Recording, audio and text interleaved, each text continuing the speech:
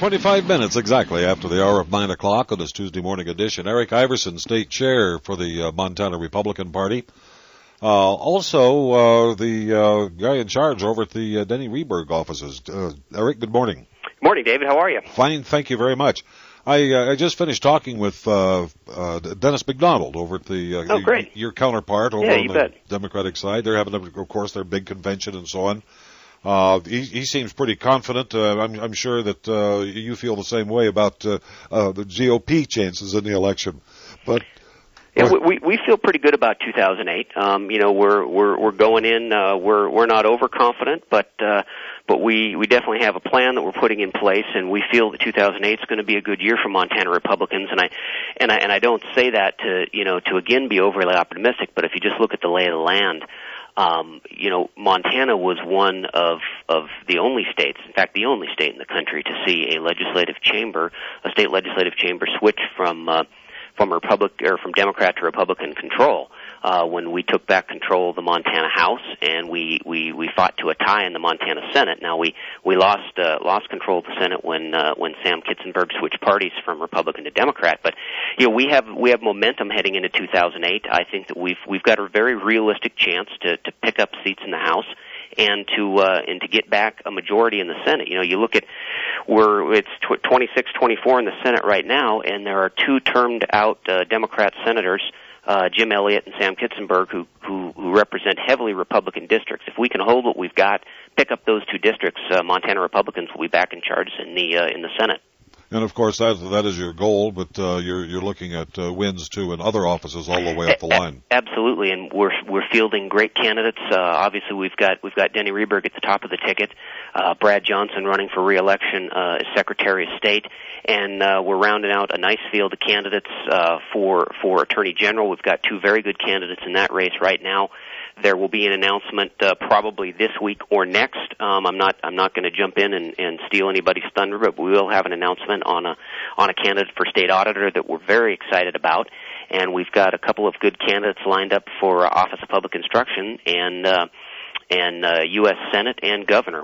I'm talking with folks, several people that are interested in the United States Senate race. We've already, of course, got Mike Lang, Billings Republican, already in that race, and there are at least three what I would term heavyweights looking at the Montana governor's race as well. So we're pretty excited. I spend a lot of time on the phone in the evenings these days recruiting candidates. I was telling somebody the other day I don't have a stump speech anymore. I almost have a living room speech. I feel like a college football coach trying to recruit people in and answering questions and talking to spouses and things like that. But it's a lot of fun, and at the end of the days, it's not unlike sports where politics is it's not about X's and O's. It's about Jims and Joes. We got to get the right candidates recruited, and if we do that job, that's what puts our best foot forward. That's what gives us the best opportunity to win. And that's our focus right now, recruiting candidates and raising money.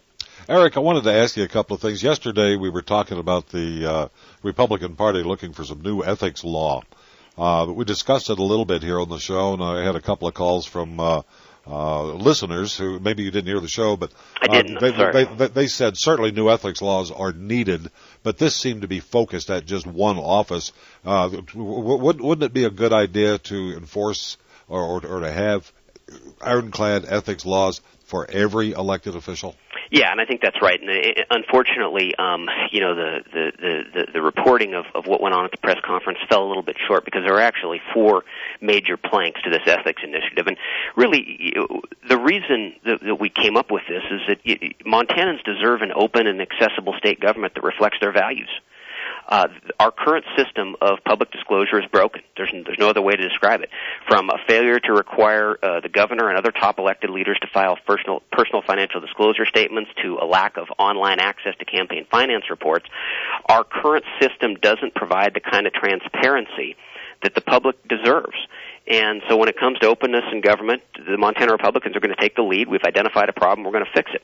There were four major parts to our openness and government initiative. The first would require financial disclosure from the governor. We're also looking at figuring out how to write those rules to apply to all of our statewide offices as well as judges in the state of Montana.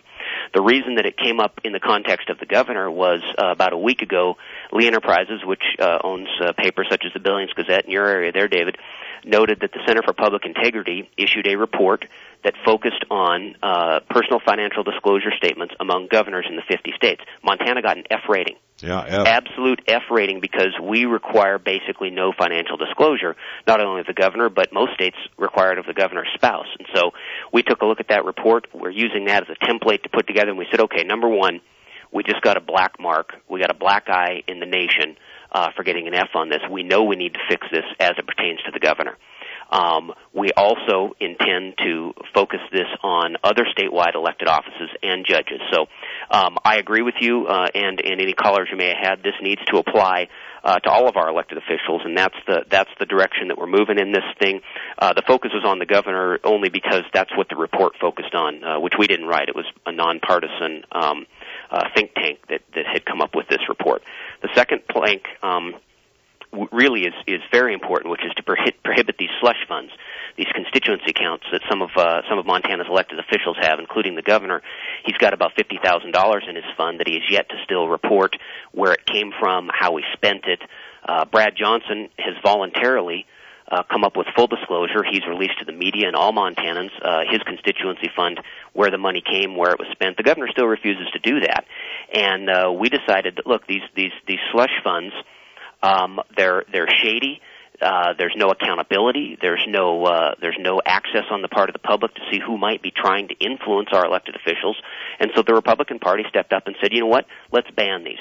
Let's just have campaign accounts where we know that those there are regulations where they have to be reported. The public knows who's contributing and how much and where it's being spent. There's no need for these slush funds where an individual, literally, David, you could walk up to the governor right now, throw him the keys to a Jaguar, and say, "This is for your constituency fund," and by law he could take it and put it in there. Wouldn't have to tell anybody that you were trying to influence him by giving him a new car, writing him a check for $1 million. I mean, that's essentially, it's unregulated funds that we just believe it's wrong. It's just, there's no place for that in government in Montana. And so, again, the focus there was partially on the governor because, you know, he's yet to disclose and to do voluntarily what Brad Johnson has done.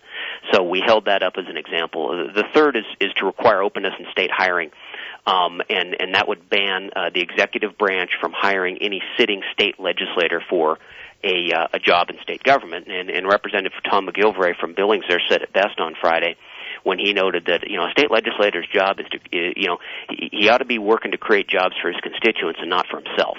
And there were some allegations, and again, you know, not making any specific allegations to the governor's office or anybody else, that you know, it's just not proper for the executive branch to hire a state legislator to then come work for state government, who then presides as a state legislator over his own very budget for the agency or department he may be running. Well, what you're talking about there, you may not want to say it, but I will, and that is Mike Cooney, the president of the Senate, was a sitting senator and appointed to a job in the executive branch, as was Sam Kitzenberg, who switched parties, and that whole thing smelled like a rat. I mean, you switch parties, and then suddenly the party in charge appoints you to a nice job there in the Department of Revenue.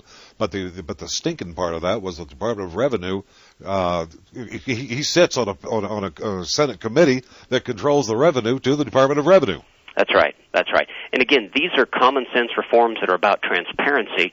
And, you know, it's not the fault of the Montana Republican Party that the governor right now happens to be, you know, it can be an example of perhaps abusing all of these things that we say need to be changed in the law.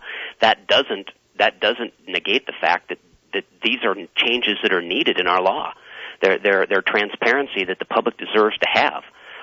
And that goes right into the fourth plank, which is to require online campaign finance disclosures. Now, you know, right now, if you want to go get a campaign finance report for the governor or for any of our state legislators, you basically have to go down there to the political practice office and you know, photocopy it. And we just think it's kind of crazy that in this day and age where people are filing their taxes online, they're shopping online, they're doing all these things on the internet, that Montana can't lead the way in having an online searchable a campaign finance disclosure system where any member of the public day or night can go online. Let me interrupt you just a second. Can you stay with me? I've got to take a hard break right here.